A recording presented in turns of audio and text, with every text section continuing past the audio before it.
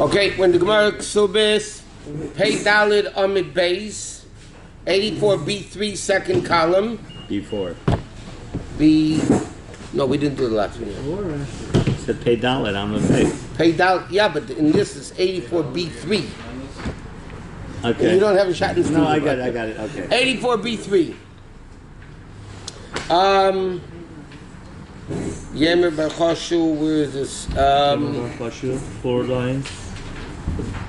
Yes, good. 4 lines from the end of the page. 4 lines from the end of the page. Okay, just to recap what we're learning, the din was like this. If somebody dies, he leaves over no land. Then he leaves over heirs, which inherit. And then he leaves over a wife that needs to collect a ksuba. And he has debtors. Okay? So Rabbi Tarfon said, if they grab it, they keep it. Rabbi Kiva said, it doesn't work that way. It belongs to the heirs. They inherit the kids, they get it, nobody else can get it. Okay? So now the Gemara is discussing another story. It's a bunch of stories come up, very interesting stories, by the way. Yemer bar Choshu, this guy Yemer, the son of Choshu, have a masik beizuzah bahu gavra. He had a claim against money. Another certain guy owed him money. Okay? Shachav, the guy died. The Shavik Arben, he left over a boat. Okay? Reuven owed Yemer bar Choshu money. Yeah, the guy Reuven died, and he left over a boat. So what happened? Amalei l'shlucha Yemer told one of his agents, Zil tafsanele, go seize the boat for me. Go get it for me. I don't know if it was a yacht, but he said basically go get the boat. Also tafse, he grabbed it. He went and grabbed the boat. What happened? The two Abiroim of the Gemara, Rav Papa and Rav Huna Bered Rav Yeshua, they saw what happened.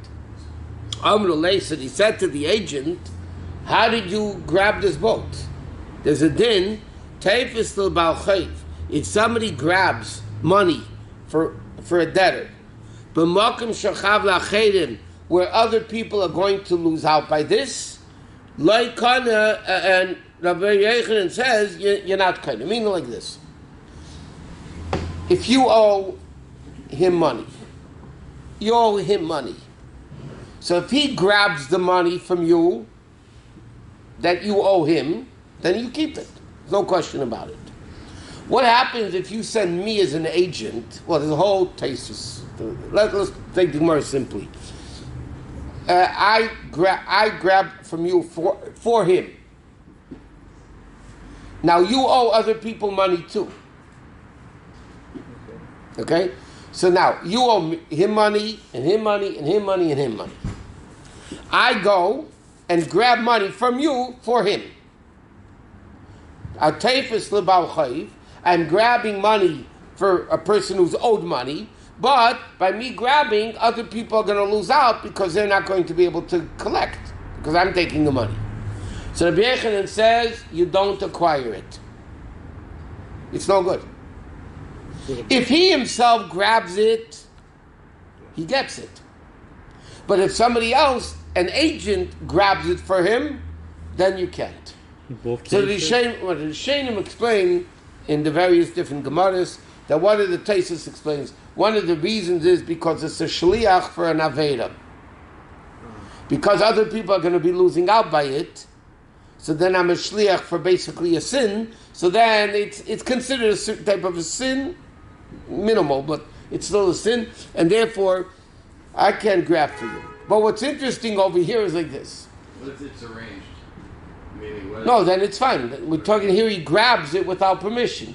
So if the guy that's owed the money grabs it, listen, it's his money, he owes him the money, he can grab it. Here he's grabbing. Still going to be out. Huh? And the other guys. Yeah, but then you're not a shlich, it's you. Right. You're grabbing for yourself. The din is, if you grab, you can keep it. Now you sent me to grab the money. So I'm coming to Yemer, I'm grabbing the boat, but he owed other people money too. So Rav Papa and Rav Huna Bered Rav Yeshua say to the shliach who grabbed the boat, they said, you can't do that. You can't grab 1 minute. So what? What happened? You're not kind. So what happened? So the guy left go of the boat. Tafsu said, Papa and Rav Huna B'nei Rav Yeshua grabbed it. Because he owed them money also. In other words, you owed him money, Yemar, and you owed Rav Papa money, and Rav Huna B'nei Rav Yeshua money, and a whole bunch of other people money. So what happened? You sent me to grab it. So I grab it. Two rabbis come along and say, woman, you're not allowed to grab it because you're grabbing for him. And you can't do that, right? So okay, he said, okay. So they took the boat. Because they were owed money. So listen to the story. They took it for themselves. Tafsu inu. They grabbed it for themselves. How did they grab it? So Rav Papa memalcha meluche. Rav Papa, it was a rowboat. So Rav Papa rowed the boat. And Rav Huna B'nei Rav Yeshua memamtechle ba'ashla. He pulled it with the rope. You know, how you kind of boat? By making it move. So Rav Papa rowed the boat, which made it move.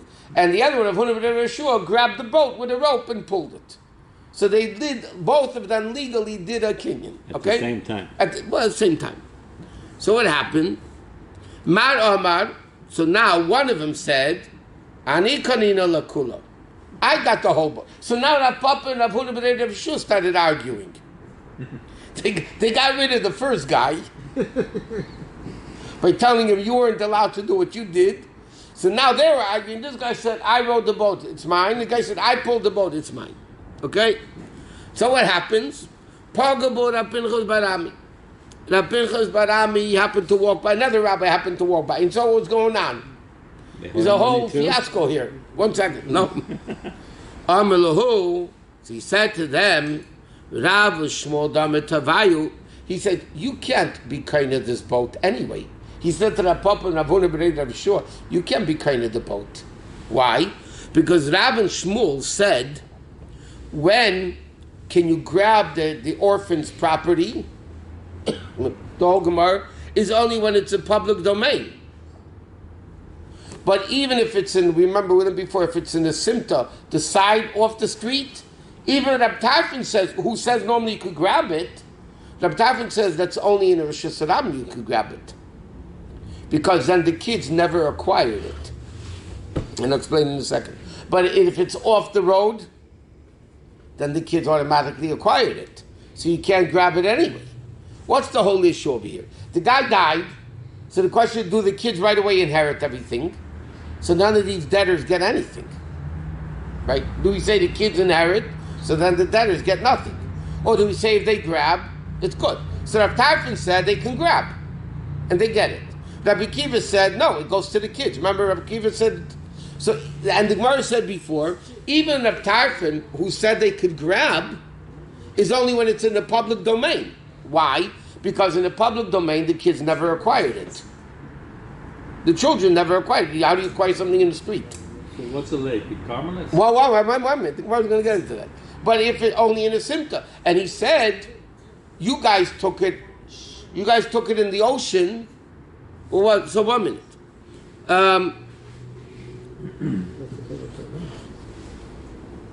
Okay, so he says the place where the boat was, the dock, is not a public domain. It's at the side of the river. So he said to them, you can't grab it anyway. So what are you guys fighting about? So Rav Papa and Rav Huna B'nei Rav Yeshua said to him, no. We grabbed the boat when it was in the swift currents of the river. The boat wasn't docked. The boat was in the middle of the river. The boat was in the middle of the river. If the boat's in the middle of the river, it's a public domain. So we do have a right to grab it. But they jumped in the water and they got it in the middle. Yeah, yeah. Well, they took it from the agent. The agent was pulling it. You know, it was Sounds like a bit of a bubble lesson. Well, the only problem over here is the Mefarshim ask a very simple question. This whole Gemara doesn't make sense because halachos like Rabbi Kiva, the grabbing doesn't help. Remember we learned before the Gemara ruled halachos like Rabbi Kiva that you can't grab. So what's the Gemara whole arguing? Who grabs, not grab, did grab, didn't grab? You're not allowed to grab. It doesn't work. They're only talking according to the Tarfon. So this, they don't even discuss. But the Mephoshim asked the question. It was supposed to go to the heirs. Right. According to Rabbi Kiva, it goes to the heirs. And that's the halacha, by the way. Rabbi Tarfon says that debtors can grab it. So first what happened, there's a whole scenario here. First, the agent grabbed it. Right? Comes along Rav Papa and Rav Nabedeh said, no, you can't grab it. Because you're an agent. You can't grab it if it's going to hurt somebody else. So he said, okay. So then they grabbed it for themselves. Then they started fighting. Who gets it, me or you? I rode, you pulled the string. I say I get it, you say you got it. Comes along another rabbi and says, what are you talking about? Even according to the Tarfon, you can't grab. Because it wasn't a simta, it's off the river. He said, no, we grabbed it from the current.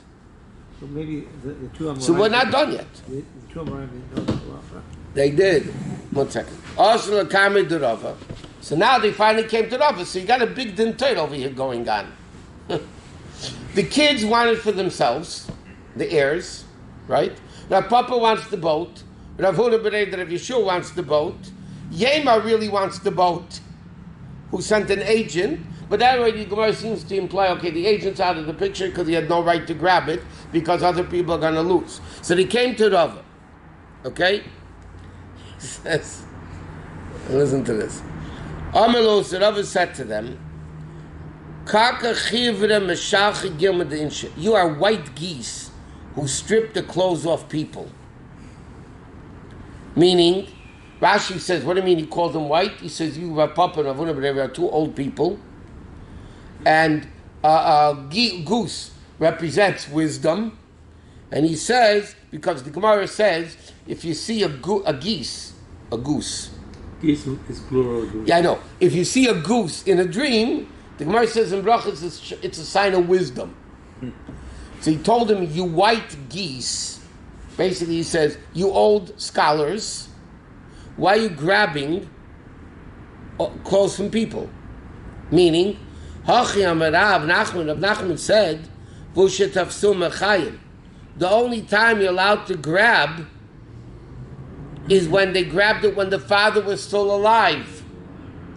The father died over here, and then he grabbed the boat. So none of you can get it. Rabbi said to him, I don't understand, you guys are fighting over nothing because none of you get it. Because the kids get it. The only time Rabbi Tarfon says grabbing is good is if they grabbed it when the father was still alive. Correct? The father wasn't alive when they grabbed it. So he said, what are you guys arguing about? You're stripping the clothes, meaning you're stripping the heirs for their money? What are you doing? You white geese, you call them. You white, old, smart guys. He said it in a very interesting way. A little sarcastic. Yes. And again, like we said, the Mephoshim asked, why didn't he just say, you can't grab because Allah is a Rabbi Kiva, that you're not allowed to grab? That would be much easier. But he didn't, for whatever reason. Okay, so this ends this interesting story. Okay? Then the Gemara says like this. Another story. The next few Gemaras are all about stories about this relevant thing, about debtors grabbing money after the father died. Avimi b'reid Rababu, Avimi the son of Rababu, have a masker be'zuzah be'chizoi. There's a guy from Chazoi, it's the name of a city, Shtetl. A guy owed him money, okay? No, I'm sorry. What's his name? Avimi owed them money. Okay, the people of Chazoi, he borrowed money from a bunch of people in Chazoi, and they came to say, you owe us money. This is another interesting thing. So what did he do? He sent the money to pay it back in the hands of Rabba Baravu. Okay, this is Avimi, the son of Rababu. So who did he send to pay back the money? It looks like it's his brother, Rav Chama, the son of Rababu. He sent him to pay back the money. Also, Parini, he paid the money. Okay, he owed him $1,000. He sends his brother, here's $1,000. Go pay up the debt. He goes there. He pays up the debt. So he says, Amalahu, So now, when he pays up the debt, he says, Haveli Shtara, give me back the loan document. The IOU note, give me back. I paid you, give me back or else you can collect again. Right? Amalei, they said no. Sitroin Ninu. There has two loans. What you paid now was for another loan. But he still owes us the amount that's in this document. In other words, let's say he owed him $2,000. And $1,000 was in a document and $1,000 wasn't. Yeah? So now he sends back the money, $1,000, to pay back the debt. Yeah? He pays back the debt. He says, okay, give me the IOU note. They said, no, because this is for another loan he owed us. He still owes us $1,000. Got it? So it was from a previous. Right. That's what they say. Is a verbal valid? One minute. Let's see what happens over here. Also, they came to Rabbi, their father, or could be Rabbi, his father. Amalei, so he said like this. He said to his son, seems like, Is noch sadi to pirate? Do you have witnesses that you paid back the loan? You probably gave him the money. You gave him the $1,000. You have witnesses that you paid the money? He said, like, no. He said, man, you messed up. Amalei said to him, they're believed with what they say, that there's another loan. Why? Remember we learned last time it's called migui. You believe a guy with what he says now because if he would lie, he could say a better lie. What did the people Chazoi say? You owe us another loan. Yeah? They could have said, you never paid us the money. If they're liars, that's what he asked. You have witnesses that you paid it? Because if he has witnesses that he paid it, then they're not believed to say it's another loan. But there's no witnesses. He gave him the money blind faith. So his father said to him, you have witnesses that you paid the money? He says, no. So he says, if there's no witnesses, they're believed to say there's another loan here. Why? Because they could have said a better lie, you never gave us the money. How's he going to prove he gave him the money? The money that they did give him. Yeah. But how are you going to prove that he gave it? They could say you never gave it to us. Right? And they, and who would have the burden of proof? What about the IOU? So they're holding it now. They should have told him to get a witness that you're giving it back. But he didn't. Akasha Famaisa. You can't ask a question on the story. LeBron, what happened is he paid it without witnesses. Right? So they came back to the Taylor. So that I think it sounds like it's his father. Said to him, did you pay him back with witnesses? He said no. He said, then you're up a creek. Because they could say you never gave us the money. And they would be believed because the burden of proof was on that you did give them the money. Correct? So now he says, therefore when they say that there's another loan that you owe us for, the burden of proof, they would be believed. So what happened? Okay, therefore, the Gemara asks the Shaila now, is the agent now responsible for the money? The agent that paid back the debt? Yeah? The brother that was sent to pay back the debt? Is he responsible now for the money because he was negligent? But did the brother admit that he owed him a second money? No. Well, yeah, that's my question. No, if he admits he owes him the money, what's the question? So there was in fact two loans? Well, we don't know. The guy said yeah, the guy says no. Okay, so at least you can get down that there's at least one of the loans was. They're not going to deny that he paid them. No, they could have said you didn't pay us. But we don't know. But they said instead you still owe us other money. But show the proof. That what? Star. There's no star. They're holding a document. They're holding a loan document. Second money they don't have a star on. They say this isn't the second loan. Is this document? What you paid us was for another loan that didn't have a document.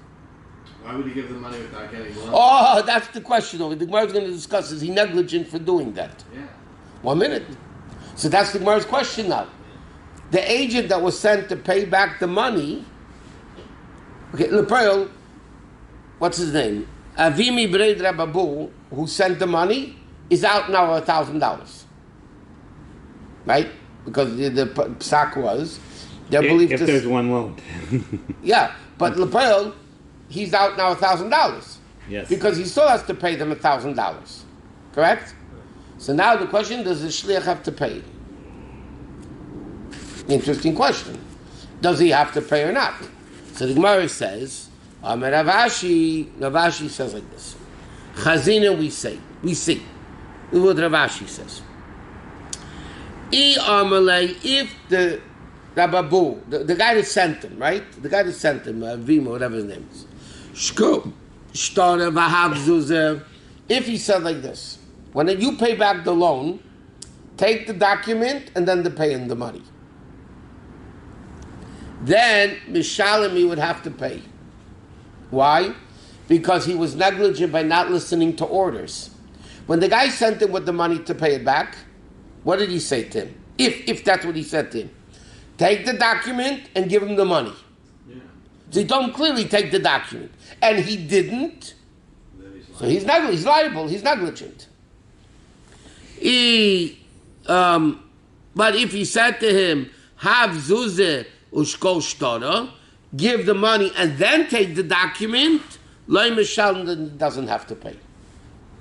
But the Gemara is going to say it's not correct. But Ravashi holds, if he said take the document and then pay the money, then he's negligent. If he said pay the money and take the document, then he's not negligent because he did it. He paid the money and he was going to take the document and they refused. What should he, beat him up? So then he wouldn't be negligent. But the Gemara says, Wallahi, it's not right, it's wrong. Benkach or benkach mishalem, either way the agent has to pay the money. Why? Because the sender says to him, Letakuni shedarticha, I sent you to improve my situation, not to make it worse. I sent you to help me out. You messed me up. But it's possible that he did. Huh? It's possible He did though. As far as we're concerned, If there were two loans and they're not going to deny the second loan and he paid the they're denying the debtor's denying the second loan. Of course, the creditors say you owe me 2 loans. That's what they're saying. Okay. But the question is, it's a very interesting Gemara. So the Gemara says, bottom line, if you send somebody to pay back a debt, yeah, and you don't do it in front of witnesses, and you don't take the document, and you mess the guy up, the Gemara paskins you got to pay. An innocent guy is doing somebody a favor, typical. You're doing somebody a favor, you're going to pay back a debt for somebody, and if you do it the wrong way, you're liable. No good deed goes unpunished. That's true. They can't bring it to the 18. He did, that's what the Bezin paskin. Oh, that was it. Yeah. There were no witnesses. So crazy. But what's interesting, the Gemara seems to imply that even if he didn't tell him to begin with, pay it in front of witnesses. If you think about it, that's what the guy that sent the money, the one who owes the money, should have said to the guy, when you pay it back, make sure you pay it in front of witnesses. Or they sign, I paid. Well, I mean, that's what normal people do. He didn't do it here. Nevertheless, the Gemara says the shliach is still negligent. The truth of the matter is common sense dictates that you get a document Why doesn't- at the same time. Yeah, but he didn't. So the Gemara says you're negligent. But the Beit Din should tell the creditors, show your star. He did. They have a star. They have a start. So give him back the star. No, they take this for another debt. Show the star for the other debt. No, it was an oral loan. They're valid. No document. Is an oral loan valid according to the Gemara? Yeah, but only if you admit to it. Listen, if I lend you $1,000, nobody's around. We trust each other. Yeah? And then you say it's not true. Do I have an ability to collect the money? To stand on. Okay. So the Gemara says you swear shua sesses. There's a rabbinic oath. You have to swear that.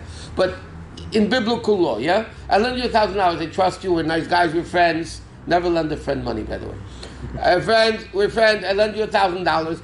I trust you. You trust me. We trust each other, yeah? And then later I say, okay, pay me the money. So what are you talking about? This doesn't happen? Today it doesn't happen? It happens plenty. That's what it is. It was a gift. It wasn't a law. Okay, next. You don't have to spend money unless there's a letter. Never lend a friend money unless he has a Listen, letter. everything is good in writing. Everything. Everything has to be, any deal you do, any contract you do, in writing. I'll never forget, I think it was the first few weeks I was in shul, 40 years ago. One of the European Jews, the old guys were in business, survivors, he says to me, I don't remember what we were talking about. I'll never forget, I remember who it was and what he said to me. He said, Rabbi, I want to tell you something. When it comes to money, you don't trust relatives, you don't trust friends, you don't trust nobody. Everything should be written. He's right. He's right. How many relatives get into fights because of money? The scandals? All the time. All the time. But over here, the Gemara is interesting. Even though l'chayr it's indirect damage, what the shliach did, the Gemara says it's called negligence, and negligence is like the Gemara says peshe or kamazik. Negligence is like you actually damaged the thing with your hands. The fact that he was negligent in paying back the loan, it's like he damaged the guy $1,000 and he has to pay it. Now, if Rabbi Abu was the father of these guys, It looks like it. Can he do the base din? Can he? No, they probably asked him. Maybe it was a different Rabbi Abu. That's off the record. No, maybe it was a different, I don't know.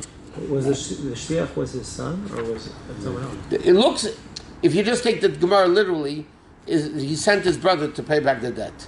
Or he sent his brother? Because they both have the same I father. think it's the nephew. One was Avimi, the son of Rabbi Abu. No, I'm sorry.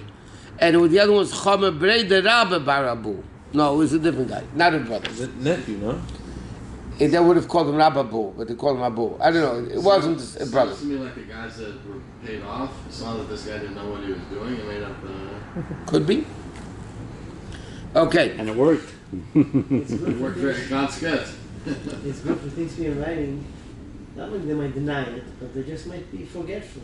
People Yeah. forget things. 100%. Yeah, you're down to the Kaf's Chus. Okay. Yeah, also, Yeah, maybe people forget. Listen, we learned already in the past. Biblically, there's no such thing as written testimony of witnesses. Biblically, there's no such thing as witnesses signing a document. When witnesses sign a document, they're basically testifying on what the document says, correct? Right. Yeah? Biblically, there is no such thing. Biblically, it says, Al pi shnayim edim, on the mouth of two witnesses. And the Gemara says, we learn now, mi pihem, v'lei mi pi ksavim. It got to be verbal testimony. Witnesses, in any case, is not allowed to write their testimony. 1 minute. That's all rabbinic. Witnesses cannot write their testimony and send it to court. In other words, depositions don't exist in halacha. Depositions don't, because biblically, I'm saying biblically. Biblically, there's no such thing as witnesses on the document. You have to be oral. Now, what happened? Statements don't count. Depositions do count. Yeah, but I'm saying But to deposition. testify in the court, you have to be it in person. Yeah, no, it's got to be verbal. Okay. Yeah. So now the problem is the Chachamim saw nobody wanted to lend money to anybody because I'm going to lend you $1,000 in front of two witnesses. Yeah, we're going to lock up the witnesses for a year to make sure they don't go to a different country or they don't go away or they don't die. We're going to lock them, make sure they don't die. People die, people travel, right? And there was no communications in those days. So it said, why should I lend you $1,000 even in front of two witnesses? What's the guarantee they're going to be around when I want to collect the debt? They're going to be a loan money then. Right, so the Chacham said nobody's going to lend money. Right. So Chacham said, because it's monetary issues, monetary issues the Chacham have control over. So he said, we are instituting that witnesses can sign a document and it's valid as a testimony. Now, sometimes though, a guy will say the document's forged. Document's forged. So then there's a way of Beis Din validating the signatures. Either they have two people that recognize the signature of the signee, Like the banks. or the witnesses themselves come and say it's our writing. What if you can't? What if none of those are possible?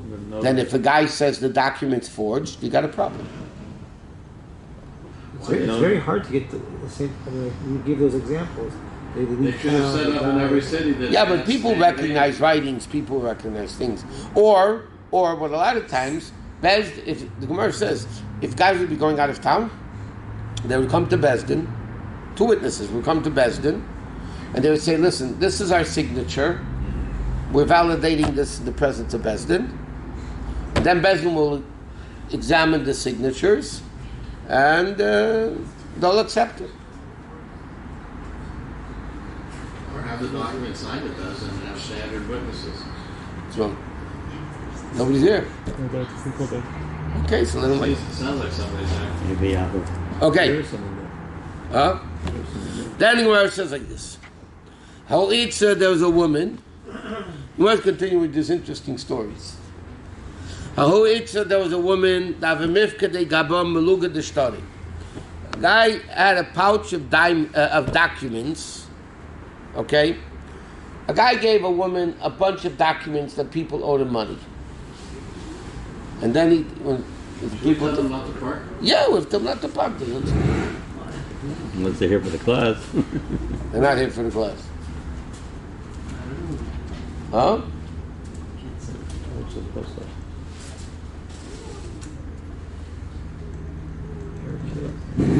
Huh? Whatever. Still can't park. There were 5 cars parked in it, and we're not allowed to park. One guy in the handicap spot, and the other 4 cars. I just put a chain. Okay, we have other things to worry about in the building before that. Okay, anyway, there was this woman that a guy had a bunch of documents, people owed him money, right? And he entrusted it in the hands of this lady. Okay, and then he died. Arsa Yoshim, so the guy's kids came to the woman and said, Tavel Amine, give us the documents, because these are documents that people owed my father money, right? They owed our father money. So give it to us. Amalei, she said, nope.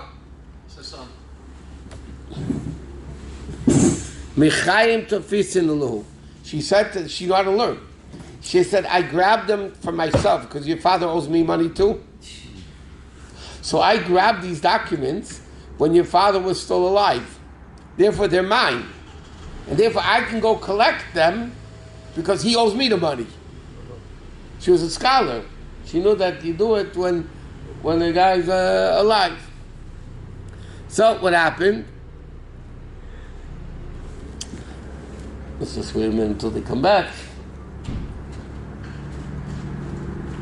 How many people came?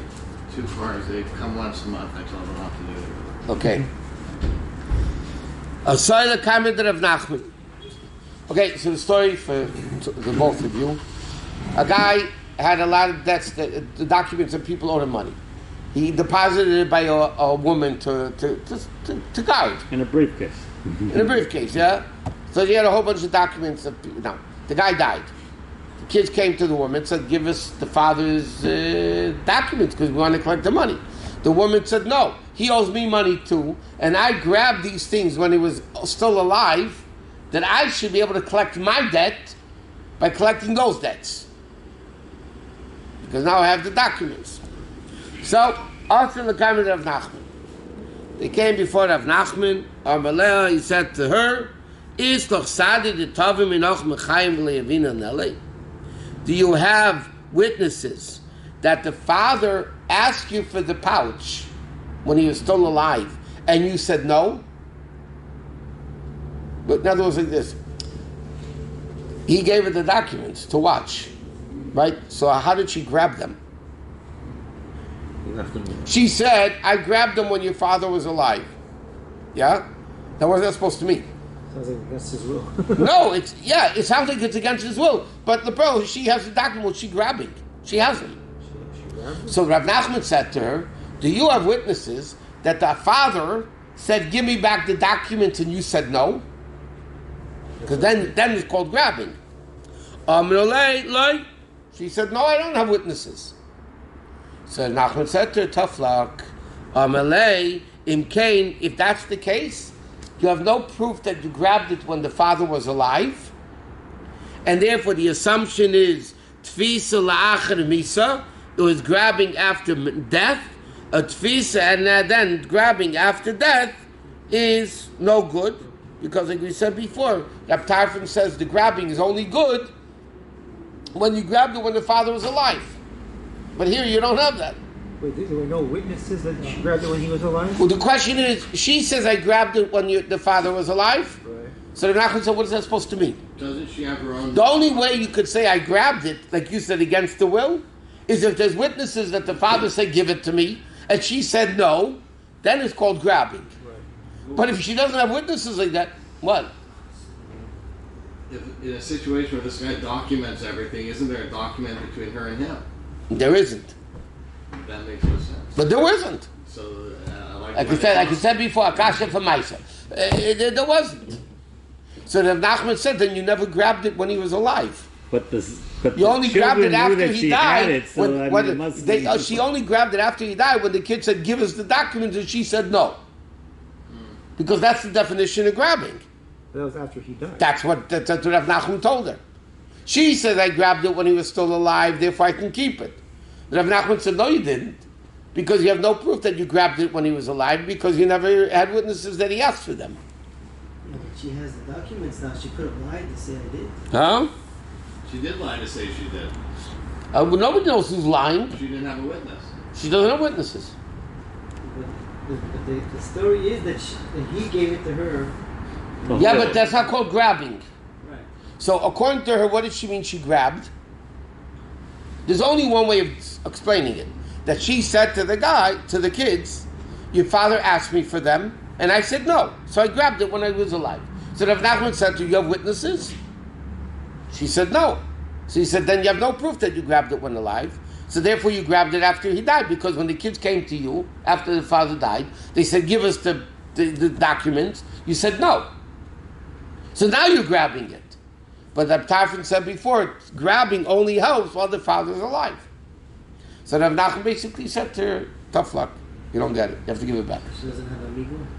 Of what? She could have lied and said, I got it. I mean, the guy's dead now. I got it when he was alive. She What said do you mean that. I got it? He gave it to her to watch. Right. No. And his kids knew that because they came to her to get it. Right.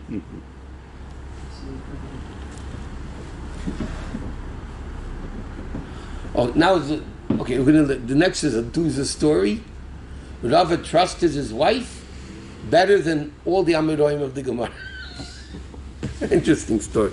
Gemara says like this: it's the Chai B'Shvur Beidin of the Rava. There was a certain woman that had to swear, whatever it was in monetary cases. She was obligated. I'll give you a simple example. The guy said, might have been mixes, right? The guy said to the woman, "You owe me $100." She said, "I owe you 50." So there's a biblical oath that she has to swear that she doesn't owe the 50. What happened? Amelie Bas Rav Chisda, the daughter of Rav Chisda, happened to be Rav's wife. Rav married Rav Chisda's daughter. Okay? So Rav Chisda's daughter, meaning Rav's wife, said to her husband, "Yadane beidach shudah shvua." I know this lady is not trusted when it comes to oaths. I know she swears falsely. So what happens? So Rav accepted her testimony, and Rava abchale shvua ashkenegdo. The din is what happens like this.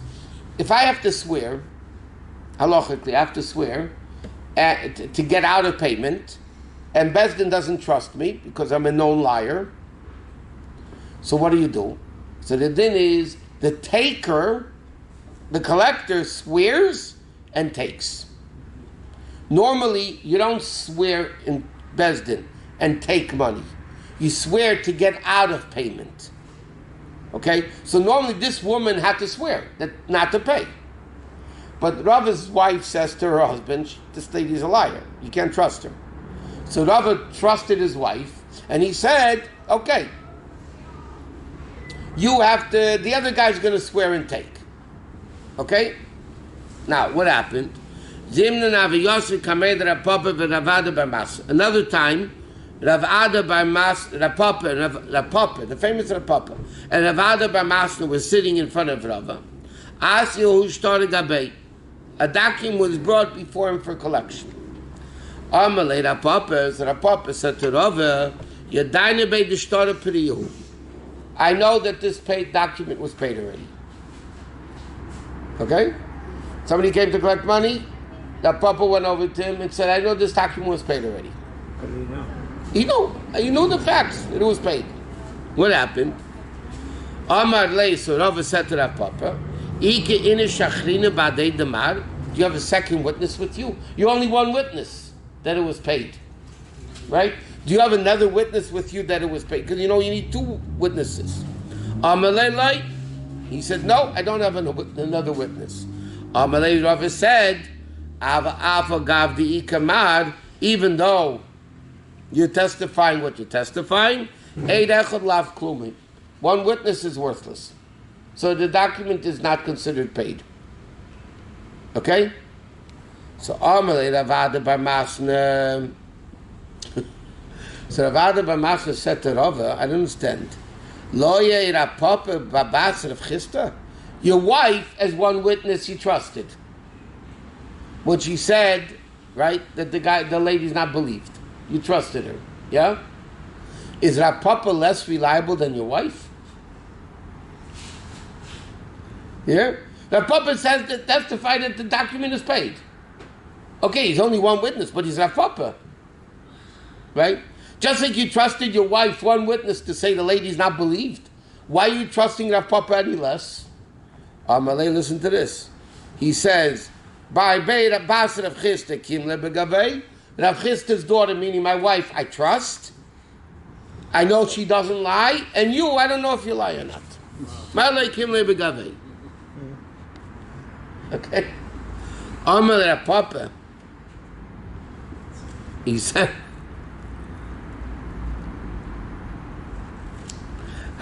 so Rav Papa learned from Rava's dinner like this.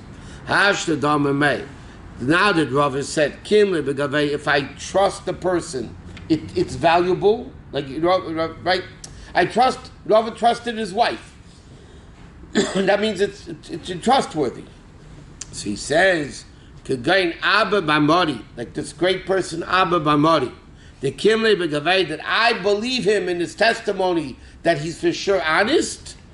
I would rip up a document based on his testimony. That means if Rav Abba Bar Mori, Abba Mar, oh, no, you meant my son Abba. Abba Mar was the son's name. So that Papa had a son by the name of Abba Mar. So that Papa said, my son I trust 100%, I will rip up a document if he said it was paid. Even though there's no second witness. So the Gemara says, how would you be able to rip up a document on this basis? Rava didn't say they don't owe the money. Rava just switched the oath to the other guy to swear. But to rip up a document, he said, no. What I meant is, I would downgrade the document. In other words, I wouldn't give it full trust and full belief. But it's interesting. Rava trusted his wife over Rav Papa. And by the way, Rav Papa was the same one that grabbed the boat before. He knew him. Rav Papa was, Rav Papa was the greatest from the greatest Tamiroim. Rav Papa was super. He was very wealthy. Number one, he was a beer merchant. He was very wealthy, but he was very great. He was from the Gemara, the Tamiroim of the Gemara. Rabbi, from the by halacha, you need two witnesses from monetary pieces or not? Yes. The only thing one witness could do is make you swear a biblical oath. In other words, I'll give you a simple scenario. I come to you and say you owe me $1,000. If I have two witnesses, you'll pay me the money. There's no question. I have no witnesses. Biblically, you don't pay anything. What happens if I have one witness? So then it's one of the three biblical oaths. There's a biblical oath that you have to swear to contradict the witness. The witness has said, you owe me the money. You swear I don't, and then you don't pay. That's a valid male witness, right? Yeah. How does he do it with a single woman? Oh, that's... So the question over here, she's not testifying. She didn't testify at all. She's not testifying on monetary issues.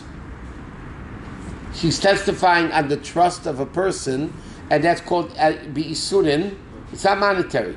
She's not saying whether the guy owes her the money or not. She's not saying she owes him money or not. She's saying this person is not honest.